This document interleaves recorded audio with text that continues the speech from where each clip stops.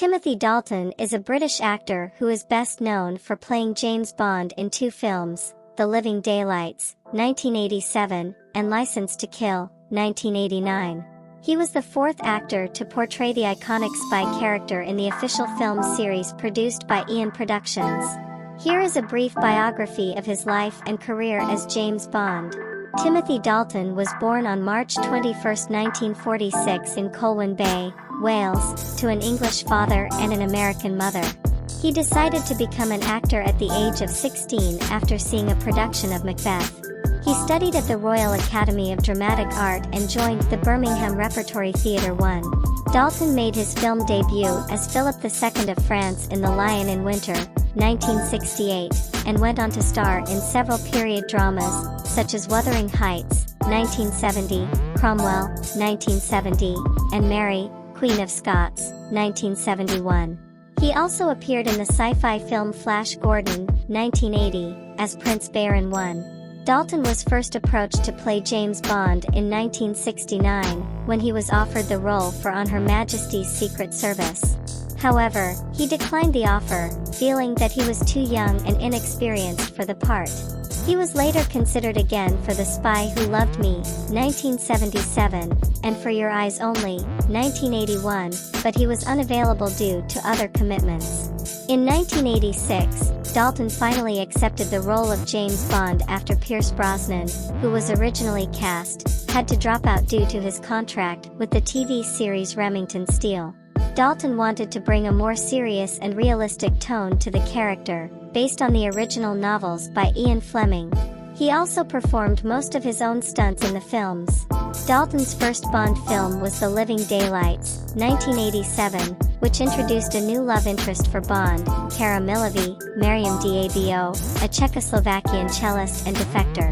The film was a commercial and critical success, earning $191 million worldwide and receiving positive reviews from critics and fans. Dalton's second and final Bond film was License to Kill, 1989, which featured a darker and more violent plot, involving Bond seeking revenge against a drug lord, Robert Davi, who maimed his friend Felix Leiter, David Hedison, and killed his wife, Priscilla Barnes.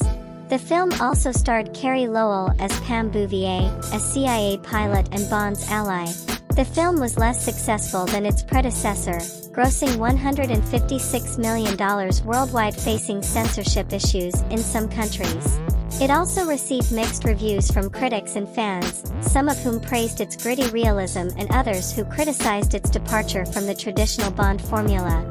Due to legal disputes between MGM and other parties, the production of the next Bond film was delayed for several years. Dalton was still contracted to do a third film, but he eventually decided to resign from the role in 1994, feeling that he had done enough with the character and that it was time for someone else to take over. He was replaced by Pierce Brosnan, who finally got to play Bond in GoldenEye, 1995, too.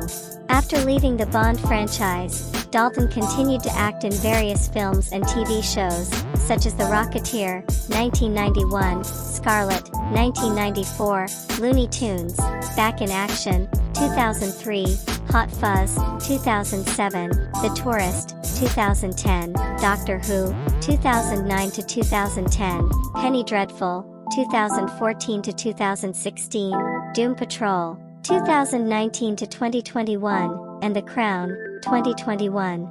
He also returned to his stage roots, performing in plays such as Antony and Cleopatra, King Lear, A Touch of the Poet, and Love Letters 1. Dalton has been praised for his portrayal of James Bond by many critics and fans, who consider him to be one of the best actors to play the role. He has also been recognized for his contribution to the series by receiving several awards and honors, such as the BAFTA Britannia Award for Excellence in Film in 2008, the Cinema Retro Award for Best James Bond Actor in 2012, and the Saturn Award for Best Guest Starring Role on Television in 2010. I hope this biography has given you some insight into Timothy Dalton's life and career as James Bond. He is certainly one of the most talented and versatile actors of his generation.